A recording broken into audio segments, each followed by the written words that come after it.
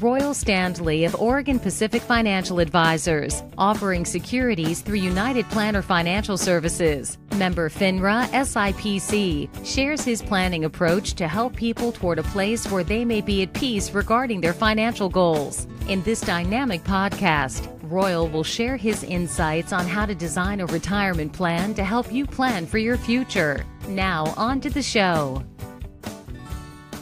Hello and welcome to Life by Design with Royal Standley from Oregon Pacific Financial Advisors. Today we're doing part 3 in a series that Royal's been doing about basically most of the questions that people have when they're looking into a new advisor or working with a firm. And these are specific questions that he's compiled with that people have asked him or his staff. So good morning, Royal. How are you?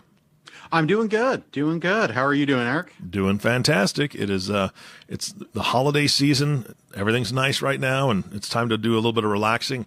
But come January, people are going to be making New Year's resolutions, and they're going to be, a lot of them are going to be wrapped around finances. And I'm assuming that you're going to get a whole new slew of questions with people saying, "Hey, I got to do something. I need to call somebody." We see that quite often. December can be pretty quiet sometimes. But then January 1 rolls around and everyone set those New Year's resolutions of want to get in shape, want to get out of debt, want to start really seriously planning for the future. We start seeing a big influx of calls. So I'm excited to be able to kind of finish up this topic of frequently asked questions that new people have when they're coming in to talk with us for the first time, because I think it helps maybe clear the air a little bit and give people a little bit more information, a little bit deeper insight into what we look at as financial planners. Yeah, absolutely. And for those of you listening to this right now, this is just right before Christmas when it's being recorded. And of course, it'll be produced and it's going to be a little bit. So you're listening to this in January. You are in your new year. And I'm hoping that you have some good goals for this year, good goals for the next 5 years. And I hope this is very informational for you, and just understand that Royal is an open book. He's ready to just talk to you whenever you want to make that phone call. If any of these questions that we're about to ask trigger questions in you, then make sure you reach out to Royal. So let's get started. And the best place to start on this one is, how do I get started, Royal? If I come into you and say, "Hey, I'm not doing anything except for I've got a savings account and I think I've got a 401k, or I know I signed up for my 401k with my job, but I want to work with you," where do I get started? So the first place to get started is just give us a call. We can send you out our first appointment questionnaire, and that will provide you with a framework of maybe organizing things for that first appointment to come in and lay things out and give us a sense of where you're at financially. Now, we're going to ask a lot of questions in that first meeting that aren't necessarily financially related. We're going to ask you about your family, what your family structure is like, where your kids are at. Sometimes they're still at home, you're planning for college. Sometimes they're out of the house, they're doing well on their own. And sometimes there might be some other issues that they have, but we want to get a really good picture of where you're at, not just financially, because that's really the easy stuff. The more intricate part of that is understanding the family dynamics and what's ultimately important to you. So in that questionnaire, we ask some of the kind of more factual based questions. How much do you have in that 401k and that savings account? And then also we'll ask, hey, what state of mind do you want to be in retirement? What are your goals in retirement? What are the things you enjoy doing? Because those things are so much more important, I think, to you than just, hey, I have this much in my 401k, because it doesn't really matter how much you have in your 401k. What really matters to you and most clients, I think, is, can I enjoy the things that I want to enjoy in retirement without worrying about running out of money down the road?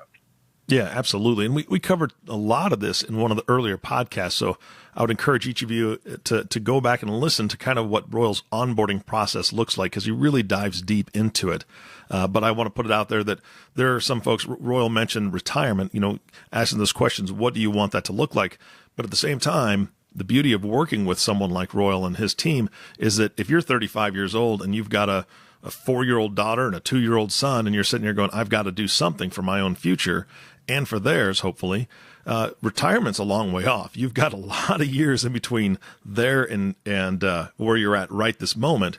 And you've probably got a wedding at some point in your daughter's life, hopefully, that you're going to have to try to fund and help to fund. You've got college education to be thinking about to help them with. So there's a lot of things between now and that retirement that, again, Royal's going to ask those questions, find out what makes you tick and what you truly want to get out of the next 20 years or 30 years before that retirement kicks in, and then how you want to live beyond that. So there's a lot to take into consideration, and that's what Royal and his team does. So that's definitely covered in one of the earlier podcasts. Go back and take a look at it. Absolutely. And a lot of people I'm meeting with who are in that younger age group, retirement really is pretty low on their priority list. Absolutely. Yeah. There's a lot of other things in front of that. And we don't just specialize in helping people retire. We help people reach their goals and figuring out how best to fund that. Just met with a couple weeks ago. Basically they're in their 20s and they're looking to build up some passive income. They're looking for a way of being able to travel, somewhat be vagabonds, explore the world together, but they're looking at ways of building up that income. So we talked about the realities of building a passive income stream. How best to do that? Is it, investing a whole bunch of money in Roth IRAs or after-tax accounts? Or rather, is it looking at something like real estate or looking at building a business that you can do from anywhere? So that's the fun part of my job, is getting to look at some of these non-traditional things that people want to do and helping people come up with a plan to accomplish that. Yeah, and I bet a lot of those stories are pretty neat. People have different ideas of what success is. They have different ideas of what they want to do to occupy their time, different hobbies, just all sorts of different things. And so I bet it's a kind of a challenge and a fun challenge to help them individually figure out what their own best life is going to look like and help them execute it. Absolutely. Absolutely. The other thing I want to just let people know is there's no certain place you have to be in life to get started. So for instance, you don't have to have all your ducks in a row to call and make that first appointment. Nobody has all their ducks in a row. I mean, some do, but for the most part, most people are coming in with, maybe some debt, maybe not maxing out what they could do in their retirement accounts. Really, some with just no plan of what they want to do. If you feel like you need help there, just pick up the phone, give me a call. And we can always have a short telephone conversation, or even just a quick sit down, here in the office or over coffee, just to kind of get to know one another on a personal level as well. We don't have to dig into the financials right away in that first meeting. So if you feel like you need to kind of have a little bit longer of a runway there to get comfortable, I'm always open to that. Take Royal for a test drive. I think that's what we're hearing. That's right. Simplistic terms. All right. Next question really is, now I've come into the office or we've had coffee and I'm saying, Royal's a good guy. I'm taking these first steps. Now, how do I determine which investments or type of investments are best for me? So a lot of that will just come down to really, I think, two things. First, and I think most importantly, is what is your risk tolerance? What is your ability mentally to handle the ups and downs of the stock market or any other type of market? The next one is, what kind of time frame are you looking at? So for instance, if you have a very long time frame, you might be able to handle the ups and downs of the markets. It gives you more ability to overcome a drop in the market. For somebody who's looking at a 3 to 5 year time frame, let's say you're planning on, you have a 13-year-old planning for college one day, maybe you're saving up for that first house, and you have that framework of 3 to 5 years out, which is not a long-term goal. If anything, that's probably on the short to mid-term length of time there. It's really looking at how much of that volatility you can handle. So that's where we start talking about how much exposure can you take in the stock market? How much exposure should you have in something like the bond market? And then how much of your allocation should be in cash? Go ahead. When it comes down to it, there's three basic forms of investable assets. There's cash, which is very safe and liquid, but isn't going to give you a very high rate of return comparatively. There's a bond market, which is still fairly liquid, can have some volatility depending on interest rates and credit worthiness, but is still safer than the stock market. And then there's the stock market, which I think most people equate to investing. So when we look at your risk tolerance and your time frame, that helps us determine how much to put into each one of those categories. Now, for most of my clients, we're simply using mutual funds to make those investment allocations. For most people, we're not buying individual stocks. We're not buying individual bonds. We can do that, and we do it on occasion on a kind of a case-by-case basis. But for most people, getting that mutual fund diversification is the best way of having a diversified portfolio. And we use our expertise to allocate within all of those mutual funds. So people have a sense of maybe not stability is probably not the right word, but a sense of purpose with that. So they know that they can hopefully maintain that investment for that time frame they've set aside for it without getting out of the markets or jumping out when there is a decline there. That's really the biggest risk to everyone's portfolio, is that pressure point that when the markets start to go down, or maybe you have a year where things are just kind of flat, of not jumping out and trying to jump into the next best thing, but rather stay committed to that program that you're in. Because over time, you just look at the stock market, you look at the bond market, everything is cyclical. And given enough time, those averages, those long-term averages that we've talked about will come in. You'll begin to see those in your portfolio. Absolutely. And the nice thing is working with someone like you, you're removing the emotion from it. It's one of those things where you're side by side with your client and saying, I know this can be scary. I know this can be, you're seeing the news, you see the dip in the portfolio, but this is why we set it up this way. This is why you're diversified in this fashion, so that this is not a worry. We continue on, same plan, and you're going to see the results from that. Exactly. Yeah. Exactly. And then also, I just want to go back and touch on something. One of the best things I got from that piece was that timeline. What is your timeline? And so just kind of for the audience, let's say back in 2007, you were 36 years old and you had a lot in the market. Well, 2007, 2008, 2009, that's when it really, really took a dip, right? A lot of people lost a lot. There was a lot of fear. There was a lot of things going on there. But if you were 36 years old, you had a lot of time to recoup that. And it did come back. The market did come back. And this is where I'll challenge you. Okay. It depends. Are you planning for retirement there, or is that money you're setting aside for college? Oh, true. I was thinking retirement. But yes, yeah. You're absolutely right. If you're thinking college, that would be a whole different ballgame. So in that case, what would you do if it was a college type of situation? Well, so that's a scenario where we're going to lower the allocation to the stock market. We're going to add in more cash and bonds to provide that stability. And going through 2008, you're probably down some, but not as much as you are for your portfolio that's set aside for retirement and that has that 30-year time frame attached to it. Yeah, exactly. And so looking at the flip side of that coin, and literally it's the flip side, if you're 63 instead of 36, if you're 63, there's no way on God's green earth that you would want to be in that high of a risk area, because you don't have those years necessary to recoup if the market goes down like a 07, 08, or 09 scenario was. So I know that that's what you do with your clients, and that's how you work with them. So that time frame is such a big deal. It is. And so you bring up another great point, and you're on a roll today. I love it. Thank you. So that point is, okay, yeah, you're going to retire at 65 or 66, but people don't retire then cash out their portfolio.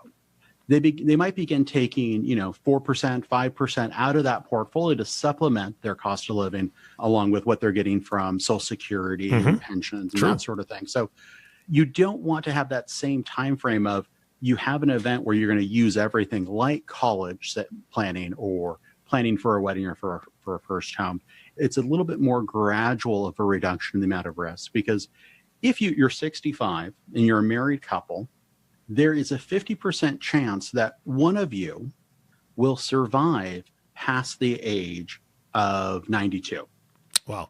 I think that's pretty accurate. It's around there. It's really kind of scary right now how much better we've gotten at keeping people alive. And that's where you need to have an allocation at some level to the stock market just to provide that long-term growth, because you still might have to plan for 25 or 30 or more years in retirement. That's a really good point. All right, that actually takes us to our last question of the day today, and that is, and I'm sure you get this one quite a bit, how do I know when to take Social Security? There are a lot of different ways of taking Social Security. Basically, and especially if you're a married couple, you have a lot of different options there of how best to maximize Social Security. If you're a single person, it's somewhat easier there. So let's just talk about the different ages first that you could take Social Security.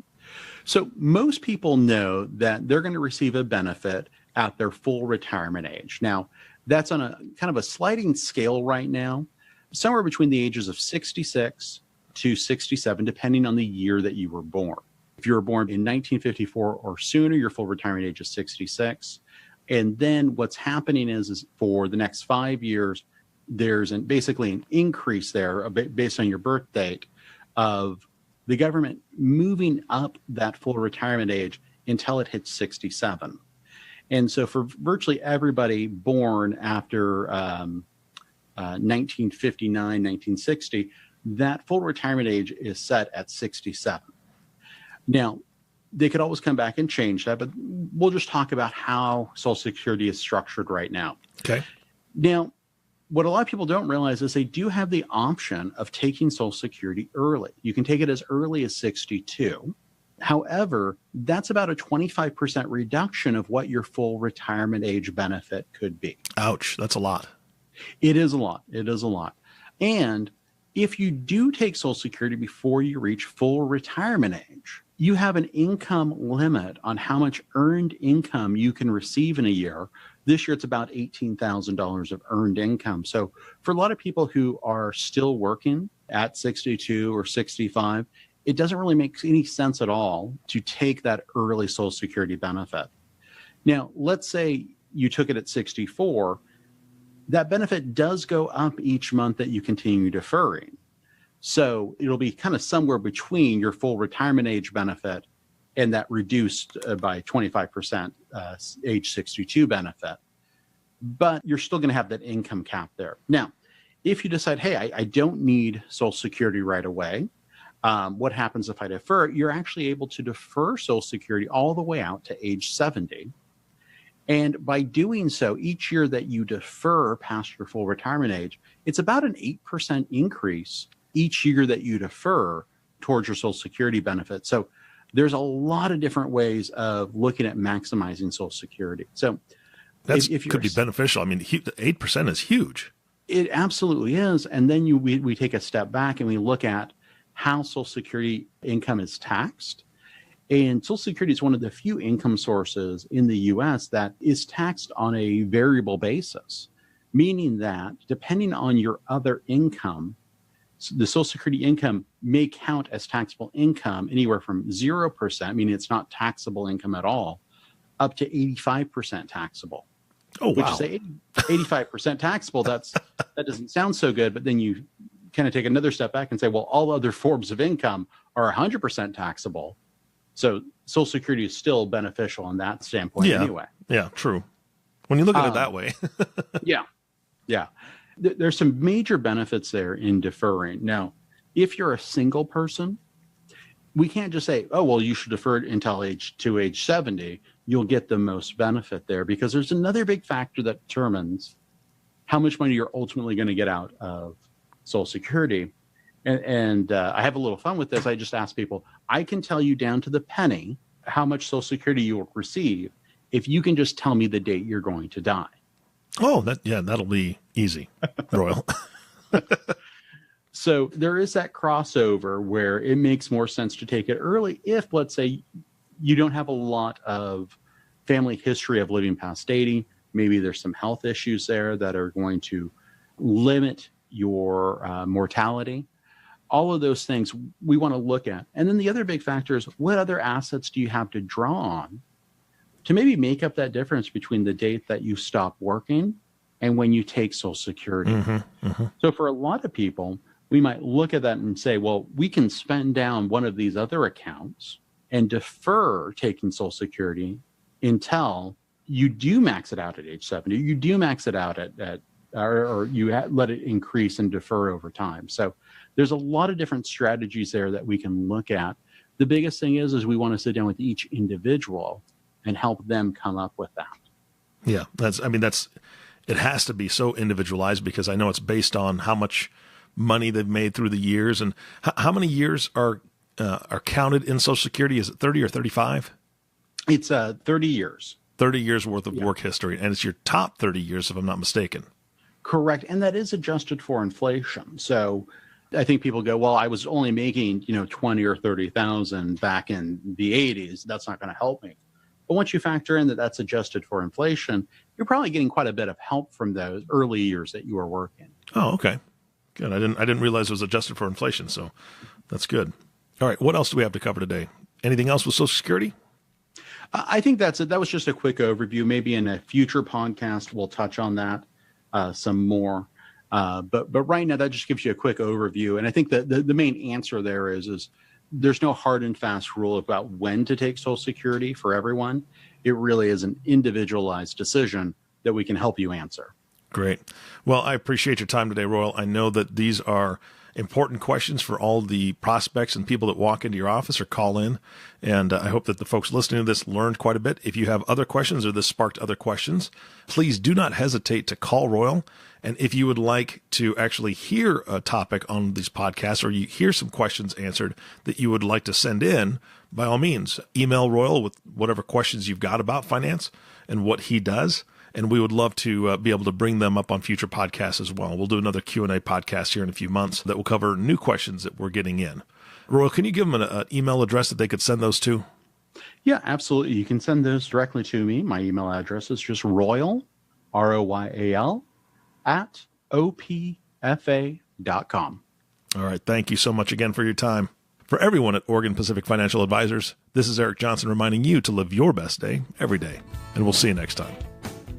Thank you for listening to the Life by Design podcast. Click the subscribe button below to be notified when new episodes become available. The views expressed are those of the presenter and may not reflect the views of United Planner Financial Services. Material discussed is meant to provide general information and is not to be construed as specific investment, tax, or legal advice.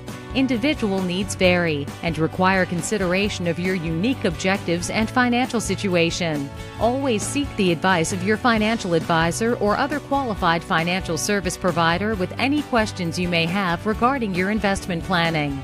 Advisory services offered through Oregon Pacific Financial Advisors, Inc. Securities offered through United Planner Financial Services of America, member FINRA and SIPC. Oregon Pacific Financial Advisors, Inc. and United Planners Financial Services are independent companies.